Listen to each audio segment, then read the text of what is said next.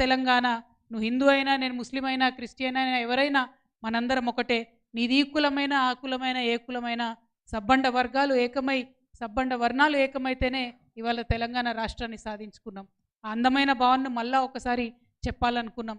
ఆ ఉద్యమ ప్రతీకలను మార్చొద్దని ఇంకొకసారి ఈ రౌండ్ టేబుల్ నుంచి మనం నినాదం ఇస్తూ ఉన్నాం. నిజంగా ఎంత అందమైన భావన అంటే ఉద్యమిస్తున్నటువంటి మనందరం కూడా తెలంగాణ తల్లి పిల్లలమే. ఆనాడు పిల్లలందరం కలిసి కేసీఆర్ గారు పెద్ద కొడుకు పాత్ర వహించి ఉండవచ్చు కాక, కానీ పిల్లలందరం కూడా కలిసి ఒక తల్లిని రూపొందించుకున్నాం. అది ప్రపంచంలో ఎక్కడ జరగదు. నిజంగా అది ఓన్లీ మన తెలంగాణలోనే జరిగింది.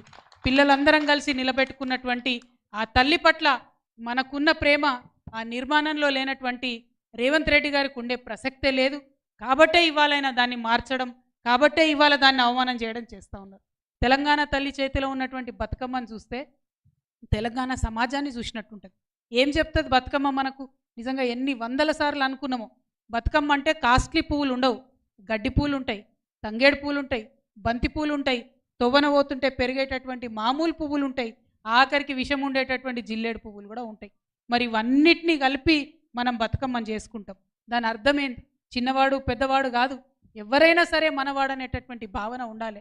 ఇవాళ నువ్వు హిందూ కావచ్చు, నేను ముస్లిం కావచ్చు, ఇంకోటి కావచ్చు, అందరం కలిస్తేనే ఒక అందమైన బతుకమ్మ అవుతుంది, అందరం కలిస్తేనే ఒక అందమైన సమాజం అవుతుందని ఒక మెసేజ్ ఇచ్చేటటువంటి తెలంగాణకు ప్రత్యేకతను చాటేటటువంటి బతుకమ్మ ఆ తెలంగాణ తల్లిలో లేకపోతే మరి మన తెలంగాణ సమాజంలో సహజంగా ఉన్నటువంటి స్నేహశీలత కావచ్చు, సహనశీలత కావచ్చు, సుహృద్భావం కావచ్చు, వీటన్నిటి రిఫ్లెక్షన్ ఎట్లా కనపడుతుంది అనేటటువంటి విషయం ఇవాళ మేధావులంతా కూడా బాధపడుతున్నారు, ప్రజలందరూ కూడా బాధపడుతున్నారు.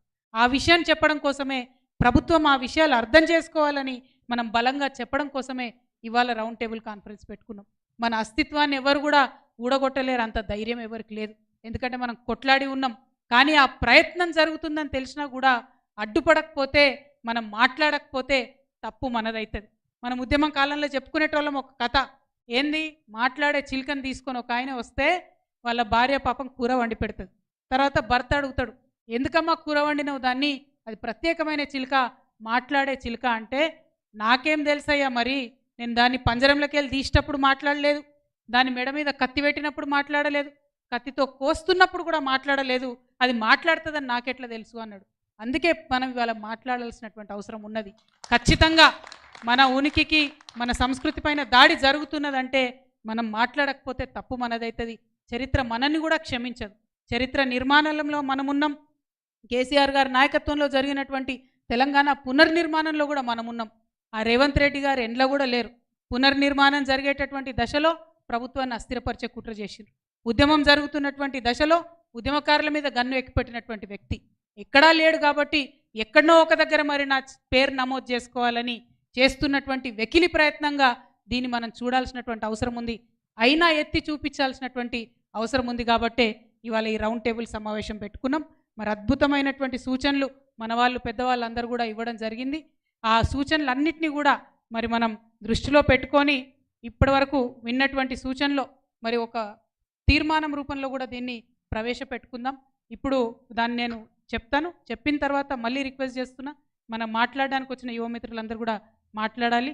మొదటిది మన పెద్దలందరూ చెప్పింది, ఉద్యమంలో ఉద్భవించినటువంటి తెలంగాణ తల్లి చిత్రపటాలను విగ్రహ మూలాల్లోనే, ఆ విగ్రహం రూపంలోనే మనం పూజిస్తాం, ఆరాధిస్తాం. ఆ ఉద్యమంలో వచ్చినటువంటి ఆ తెలంగాణ తల్లిని అన్నటువంటిది మొదటి అంశంగా తీర్మానాల్లో చేరుస్తూ ఉన్నాం.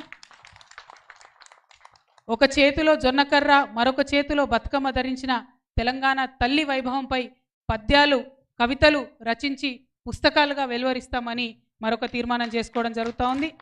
పిల్లలు వాడేటటువంటి నోట్బుక్లు మొదలుకొని రైటింగ్ ప్యాడ్స్ వరకు అన్నిటి మీద తెలంగాణ తల్లిని ముద్రించి మన పిల్లలందరికీ కూడా ఇచ్చేటటువంటి ప్రయత్నం చేద్దాం.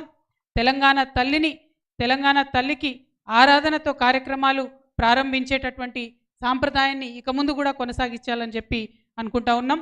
అట్లానే తెలంగాణ తల్లి విగ్రహ ప్రతిష్టాపనలు కూడా అన్ని గ్రామాల్లో అన్ని చోట్ల కొనసాగిస్తాం.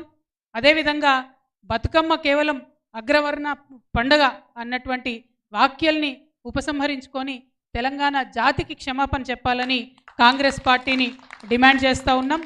అట్లానే ప్రస్తుతం రేవంత్ రెడ్డి గారు ఏర్పాటు చేసినటువంటి రూపాన్ని మరి కాంగ్రెస్ మాతగా నామకరణ చేద్దామని తీర్మానంలో మీ అందరి మద్దతు కూడా ప్రకటించవలసిందిగా మేము కోరుతా ఉన్నాం. ఆమె కాంగ్రెస్ తల్లి, మనది నిజమైన ఉద్యమ తెలంగాణ తల్లి అనేటటువంటి అంశాన్ని మళ్ళొకసారి అందరికీ తెలియజేస్తూ ఈ కార్యక్రమంలో పాల్గొన్నటువంటి